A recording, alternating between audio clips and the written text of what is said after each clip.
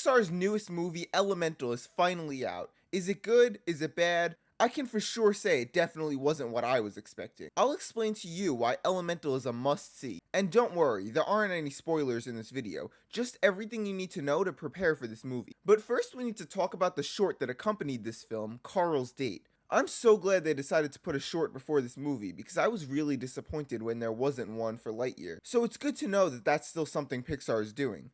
It's nothing too crazy, but it gave closure to Carl and Ellie's relationship from Up. And going into this, I was a little worried that it would be played off as if Carl had fully gotten over the fact that Ellie died, and was now going out with someone new. But what this short creatively did was leave out who he is actually going on a date with. This short makes it clear that he doesn't view anyone as a replacement to Ellie, but rather that he was fulfilling his promise to her to have a new adventure. Anyway, now for the actual movie itself. If you've seen any of the marketing for this movie, you would know that it's obviously a romance movie. And I have to say, Ember and Wade's relationship was actually really well written. It does progress fast from the time they meet each other to when they actually fall in love, but it does feel natural and not forced. And they have a lot of highs and lows throughout the movie. I have to admit, this movie has a way different tone than I got from the trailers. It's hard to explain, but it felt a little less lighthearted than the impression I got from the trailer. At times, the movie does get very serious, but overall, the plot is effective. It sets up everything you need to know in the first 10 to 15 minutes, and then it introduces Wade, and their love story carries through the rest of the movie.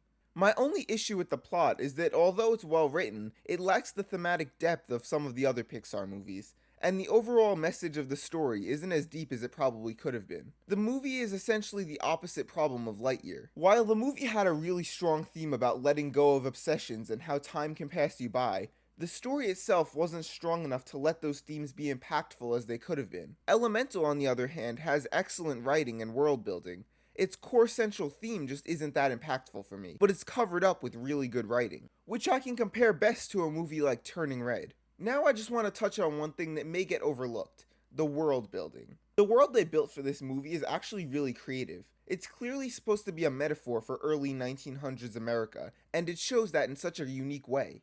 What I like about this movie is that the world is built around the themes the story is trying to tell, and not the other way around. It's an opposites react movie, and the concept of elements is used to tell that story. And I like how each element category has a very distinct personality. It also gives a backstory to Element City and implies how the city evolved into what we see. It's shown on some of the artwork in the city that the water residents were the first to inhabit the city, and fire was the last group to arrive.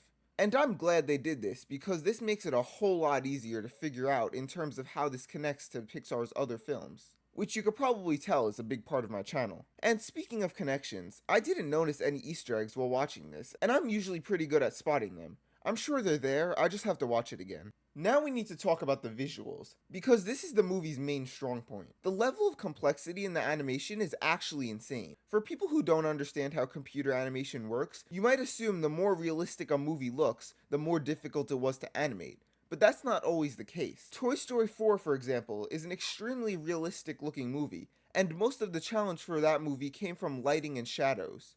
Whereas in Elemental, the challenge came from the fact that no characters have a solid bone structure, and have to move fluidly throughout the entire movie. This task required a grand total of 151,000 computers to render. That's an insane amount, considering the original Toy Story needed only 117. And that was back in the 90s. And during the final moments of the movie especially, you can see how much work must have went into rendering this. And on the topic of the ending of the movie, I'm still a little iffy on if I like the way it ended. It had an emotional payoff, but my only issue is that it went back on what it was trying to do, and although it made for a more conclusive ending, it did take away from the moment that happened earlier. And another minor gripe is that the ending shot of the movie just felt like it ended a little too suddenly. There's also no post-credit scene, which surprised me considering Lightyear had 3.